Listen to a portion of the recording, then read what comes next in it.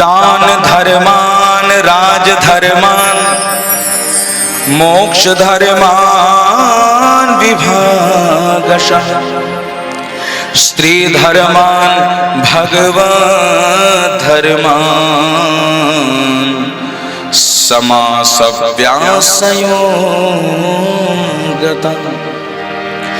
धर्मार्थ काम मोक्षाश्च सहोपायान यथा मुने नानाख्यानेतिहासेषु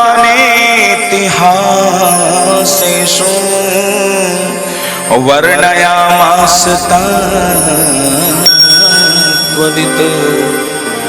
दान धर्मान राज धर्मान मोक्ष धर्मान विभागशः।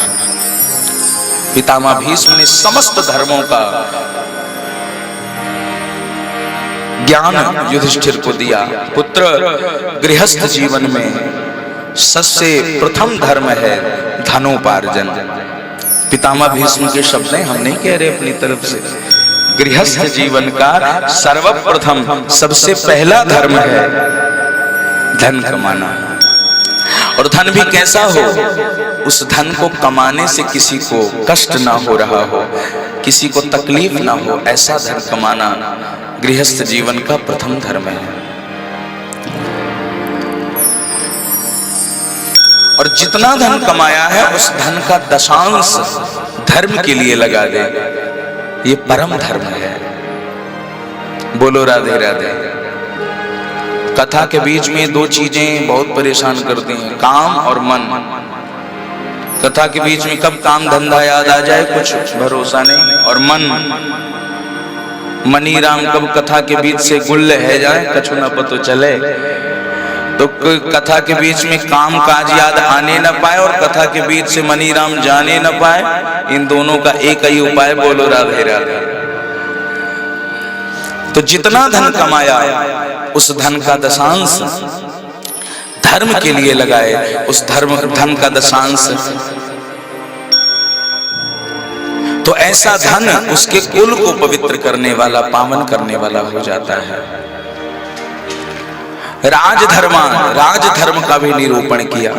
बोले पुत्र, राजा वही है जो अपनी समस्त प्रजाओं को पुत्रवत प्रेम करे, उनमें भेद न करे, समस्त वर्णों को एक करके उनके वर्णों के अनुसार कार्य दे करके उनको प्यार करते हुए उनको पालना चाहिए, और समय समय पर तरह तरह के ज्ञान प्रकट करके उनका कल्याण करना चाहिए। मोक्ष धर्म का निरूपण किया, स्त्री धर्म का, भगवत धर्म का, समस्त धर्मों का ज्ञान युधिष्ठिर को दे दिया। पितामह ने जैसे ही कहा युधिष्ठिर को कि हे राजन, राजा वह भी है जो अपने नेत्र के आगे कभी भी पाप होता न देखे।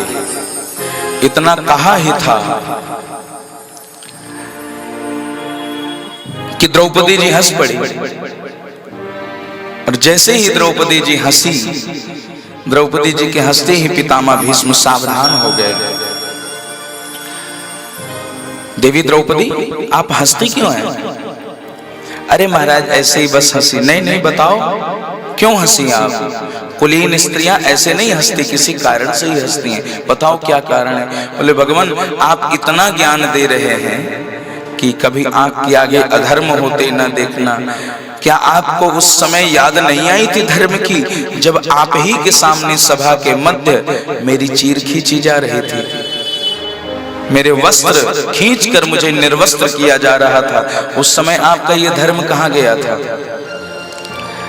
पितामह भीष्म ने कहा पुत्री, उस समय मेरी बुद्धि दूषित हो गई थी। कैसे?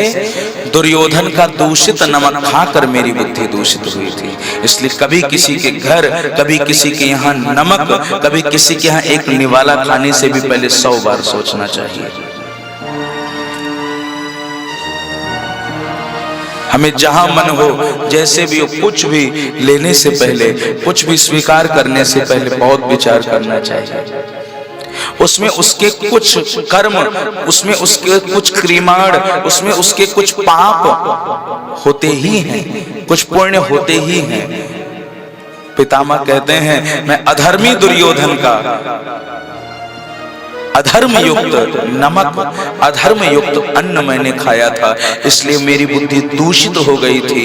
इसीलिए मैंने युधिष्ठिर के, अर्जुन के बाण को स्वीकार किया। और आज जब अर्जुन के बाण को मैंने स्वीकार किया तो उसके बाणों से समस्त दूषित रक्त मेरे बह गए हैं। और जब आज मेरे सारे दूषित रक्त बह गए तो आज मेरी बुद्धि पवित्र हुई। इसीलिए आज पवित्र बुद्धि से मैं धर्म का उपदेश कर रहा हूं। मैं अपने दूषित रक्त को साफ करने के लिए, नष्ट करने के लिए ही पराजय मैंने स्वीकार करी है, वरना अर्जुन में इतनी ताकत कहां मुझे बाणों की सैया पर लेटा दे। जिसने भोले बाबा को भी ललकारा हो, अर्जुन उसके आगे क्या है। द्रौपदी को समझ में आ गया, तुरंत द्रौपदी जी ने प्रणाम किया।